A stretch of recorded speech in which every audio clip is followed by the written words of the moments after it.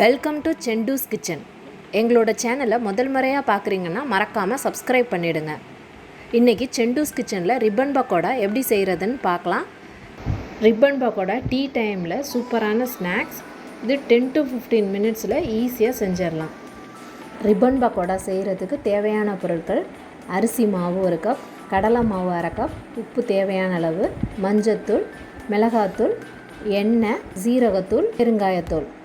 Ribbon pakoda செய்கிறதுக்கு முதல்ல மாவை ரெடி பண்ணிக்கிடுவோம். ஒரு பவுலில் 1 கப் அரிசி மாவுக்கு 1/2 கப்பு கடலை மாவு சேர்க்கணும். இது கூட 1 டீஸ்பூன் மிளகாத்தூள், காரத்துக்கு கூடவோ குறைச்சோ சேர்த்துக்கோங்க.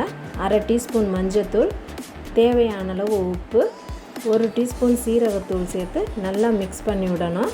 இல்லைன்னா உப்பு ஒரே இடத்துல சேர்ந்துக்கும். இது கூட எண்ணெயை லைட்டாக சூடு பண்ணி ஒரு 2 டீஸ்பூன் அளவு சேர்த்துக்கோங்க. பட்டர் கூட சேர்த்துக்கலாம். இதை நல்லா மிக்ஸ் பண்ணி விட்டு இது கூட 1/4 டீஸ்பூன் பெருங்காயத்தூள் சேர்த்து லைட்டாக மிக்ஸ் பண்ணி விட்டு கொஞ்சம் கொஞ்சமாக தண்ணி சேர்த்து மாவை பிசைஞ்சுக்கலாம்.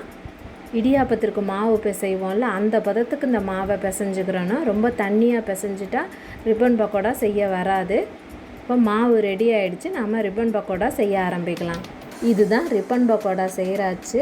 இந்த அச்சை இடியாப்பம் பிழிகிற உரலில் போட்டு மாவை தேவையான அளவு வச்சு நம்ம ரிப்பன் பக்கோடாவை பிழிய ஆரம்பிக்கலாம். எண்ணெய் நல்லா சூடாகணும்.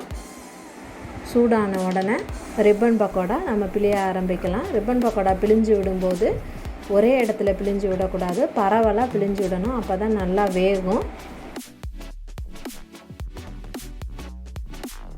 இந்த மாதிரி பரவலாக பிழிஞ்சு விட்டுக்கோங்க. பபுள்ஸ்லாம் அடங்கிடுச்சு. நம்ம திருப்பி போடலாம். 2 பக்கமும் நல்லா வெந்துருச்சு.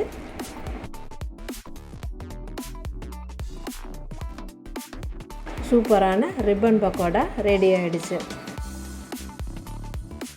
ரிப்பன் பக்கோடா மொறுன்னு சூப்பராக இருக்குது. வித்தின் 10 to 15 மினிட்ஸுக்குள்ளே ஈஸியாக ரிப்பன் பக்கோடா வீட்டிலையே செஞ்சிடலாம். இந்த ரெசிபி உங்களுக்கு பிடிச்சிருந்ததுன்னா லைக் பண்ணுங்கள், ஷேர் பண்ணுங்கள், மறக்காமல் சப்ஸ்கிரைப் பண்ணிவிடுங்க. தேங்க்யூ.